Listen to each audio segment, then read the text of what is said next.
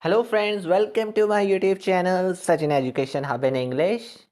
So friends, today I am coming with the topic the concept of supply under GST section 7. Section 7 of CGST Act. You all know very about that. Supply under GST, this is a chapter. And the concept of supply under the section 7 of CGST Act we will discuss today. So what are the main topics we have to be discussed in full chapter or the supply under GST chapter? There is a meaning that come under the section 7, right? Second, schedule 1, that the activity is treated without consideration as a supply, treated as a supply. Schedule number 2 and schedule number 3. But the main thing, we will cover only the section number 7 and a brief knowledge about the schedule number 1. Otherwise, all the schedules in detail, schedule 1, schedule 2 and schedule 3, we will discuss in the later video. Okay. So coming to the very first section, that means the section 7, subsection 1 and a clause A. That means all forms of supply of goods or services or both made or agreed to be made, whether for a consideration by the person or in the course or furtherance of business, is considered as supply. So what is the first of all, what is the furtherance of business? It means the promotion of business. If any form of supply, whether for, of the goods or services or both, whether for the consideration or for the business or promotion of business, is considered as supply. All forms of supply means barter, exchange, sale, transfer. If we do sale of any goods or services, if we do transfer of any goods or services or both, if we do disposal, lease or rental of any transaction as well, is considered as supply if in the form of consideration or in the course or promotion or a furtherance of business under section 7 subsection 1. Now coming to the section 7 subsection 1 of clause B, that means the importation of the services. It means the services if we import from abroad. If anyone import any services from the foreign country, then it is also considered as supply or is also treated as supply if in the form of consideration or if in the form of furtherance of business. Sir, it is the same thing? No. There is an exception in this case. If anyone import any services from the abroad, there is a need of consideration only, but there is no need of furtherance of business. There is no need of furtherance of business. It means the importation of the services for the purpose of consideration, whether or not in the form of furtherance of business, there is not a mandatory thing. So it, in short, there is an exception in this case for the purpose of subsection 1 and clause A, that there is no need of furtherance of business in the case of importation of the services. So if anyone import the services from abroad for the purpose of consideration without furtherance of business, is also treated as supply under section 7 subsection 1 of clause B.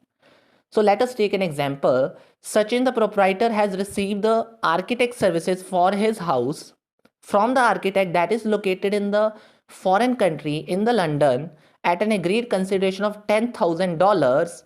So this transaction will be considered as for the purpose of consideration, but without the purpose of furtherance of business, is also treated as supply. It means the importation of services by Sachin is considered as supply, whether not in the form of furtherance of business. Okay, so this is just an example for the case of section 7 subsection clause B. So now come to the section 7 subsection 1 clause C, which means the activities are treated as supply but without consideration. It means exception in case of consideration now.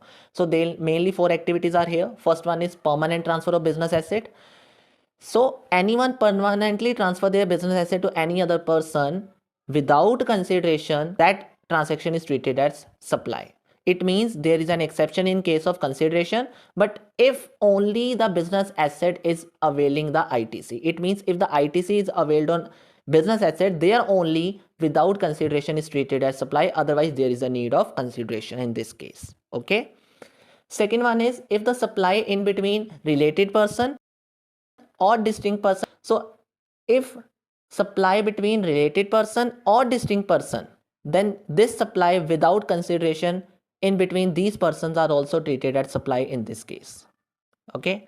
Third one is P2A or A to P. It means if principal supplying to agent or agent supplying to principal on the behalf of principal, then it is also treated as supply without consideration. So there is no need of consideration in these activities. Okay. Fourth one activity is importation of services. We lastly talking about clause B. That means the services if import from abroad, there is no need of furtherance of business, right? But there is a need of consideration. In this case, there is no need of consideration, but there is a need of furtherance of business. So if there is a furtherance of business, but there is no need of consideration, then it is also treated as supply under section 7, subsection 1, clause C. There is a brief summary of this case because these all activities are come under schedule 1, and we are already know that we are discussing all these schedule 1 in later videos, so don't worry about that. Okay. So there is a section 7 subsection 1 now, subsection 1a now. So so after the ending of subsection 1 there is a subsection 1a, which means the certain activities that are already according to subsection 1, government is also notifying some other activities list that are somehow either treated as a supply of goods or either treated as a supply of service. It means government is notifying a list of goods or services or list of transaction that are treated as supply of goods as well or supply of service as well. So this is the list that are notified by the government under schedule 2, and we will discuss about this schedule in later videos. Already told you about that. Okay.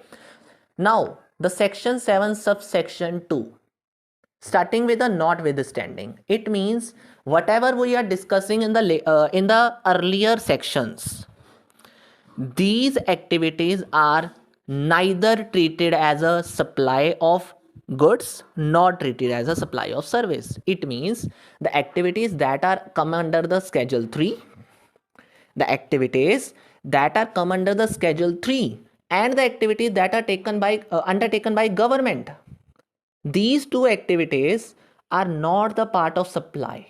These are the negative list. These are the negative list that neither treated as a supply of goods nor treated as a supply of service. So this is a section that is a negative section and containing the activities that are neither treated as a supply of goods or services in this case. So this is a schedule 3 activities, and we will discuss the all schedules in the later video. I already told you again and again. Okay. So section 7 subsection 3. We are already discussing the supply meaning. We are already discussing that what schedules are not containing the supply of goods or services, the list of supply of goods or services. Now there is a section subsection 3 which is containing that government by notification at any time explaining you that what is a supply of good, not a supply of service, what is a supply of service, not a supply of good. It means government at any time notify any supply as a supply of good, not as a supply of service, or a supply of service not as a supply of good. It means that it is a government notification, or a section is containing that there is a government notification at any time which taken or which consider the every supply as a supply of good but not as a supply of service, or every supply of service but not as a supply of goods. Okay. Some exceptions are there. Supply other than goods or service, that means two activities, the money and the securities, there is no GST on this case. Means supply other than goods or services which containing money and security doesn't attract the GST. No GST on these two things, so should be consider these two activities in your mind. This is all about the concept of supply.